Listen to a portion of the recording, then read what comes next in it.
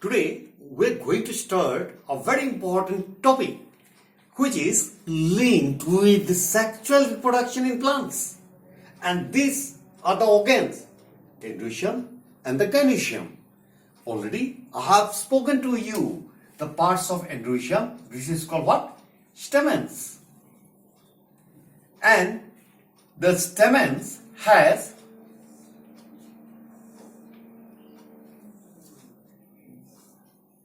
two parts. This is called anther and filament. Anther and what? Filament. This is stamen. Now each anther has two lobes. How many lobes? Two lobes. These two lobes are called, it is called bilobe. Anther is a bilobe structure. And now coming to the another part, each lobe. Now each lobe, this is one, this is second, two lobes. Now each lobe has two theca, which is called die. Die means what? Two. Thecous, dithecus. Now let's go for the another part which is related with the pollen grains. When we make a section through the anther like this is a transverse section that I told you earlier in the earlier video. Here we find it has four chambers. 1, 2, 3, 4. So inside it there is all kinds of what? Pollen grains. Pollen grains. Now let's have a little bit of idea and description related to the pollen grains. This is a pollen grain.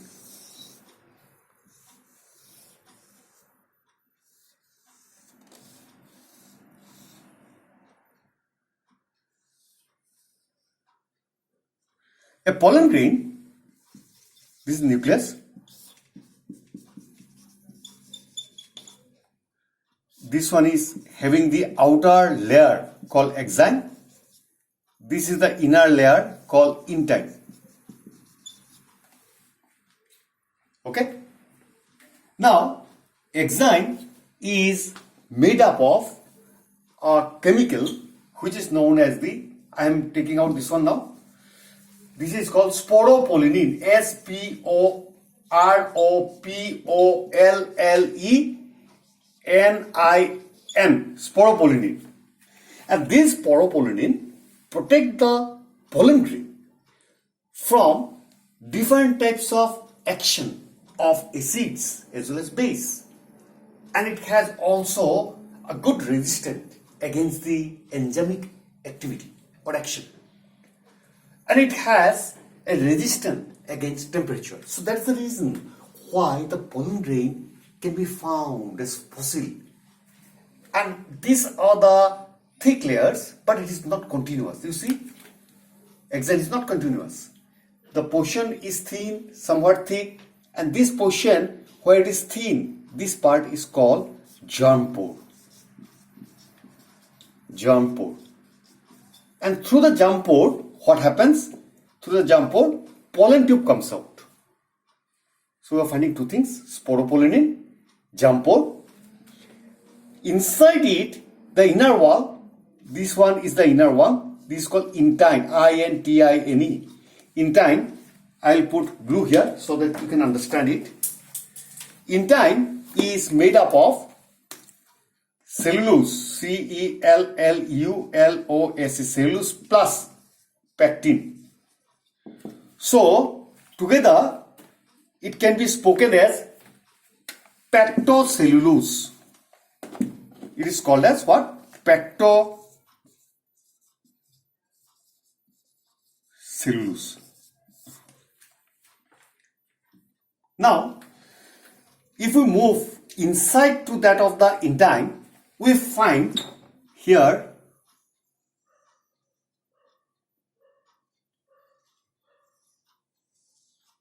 there is a membrane. This membrane is called plasma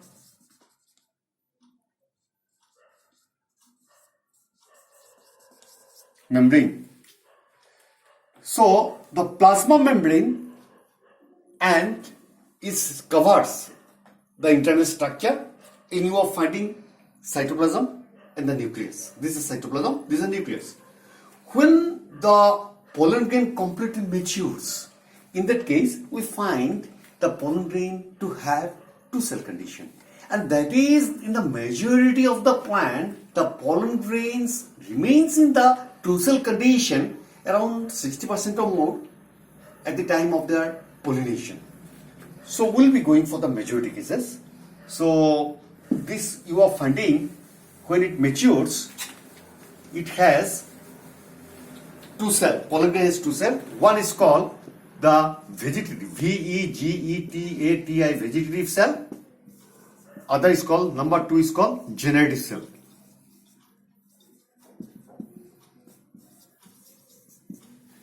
Vegetative cell is much more bigger, has huge amount of cytoplasm in it, and an irregular nucleus. Number of ingredients of food materials and other things are very high. What a generative cell is smaller, and it has spindle structure. And important thing is that you have to keep in mind that generative cell floats in the cytoplasm of the vegetative cell. If we draw the diagram, students, it is like this.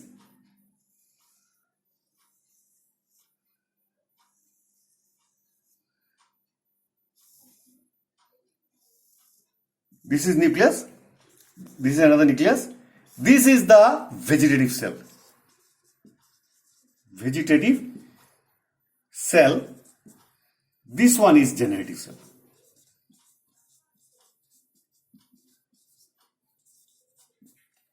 Generative cell. So generative cell floats in the cytoplasm of the vegetative cell. So these are from the Androecium. Now let's come to the Gynoecium part. In the case of Gynoecium, as I have spoken to you earlier, a Gynoecium, the carpels, parts are called carpels, and the carpels has three parts. That is stigma, style, and ovary. Stigma is sticky in nature, whereas the style is slender, tube-like structure. This is stigma. Stigma, this is style. This is ovary. Stigma is sticky in nature. Why it is sticky? Stigma is sticky because it is receptors for the pollen grain that are pollinated. It remains sticky due to D-glucose that I spoken earlier. D-glucose. It is a tube through which the pollen tube moves. The ovary, most important thing that we have to consider the ovary. It has a cavity called ovarian cavity. What it is called? Ovarian ovary, and it is also called as locules. L-O-C-U-L-E-S, locules. Locules contains placenta, which ultimately gives the ovum. Now, some more questions or some important questions need to be in our mind, that why pollen grain are found as fossils. Second, how a generative cell remain inside the pollen grain. Now, what is the placenta that we have done in class 11? Bring that information of class 11 to 12. That's all for the Androecium and Gynoecium part. I will be going for more videos when we will be going to the next topic. Thank you.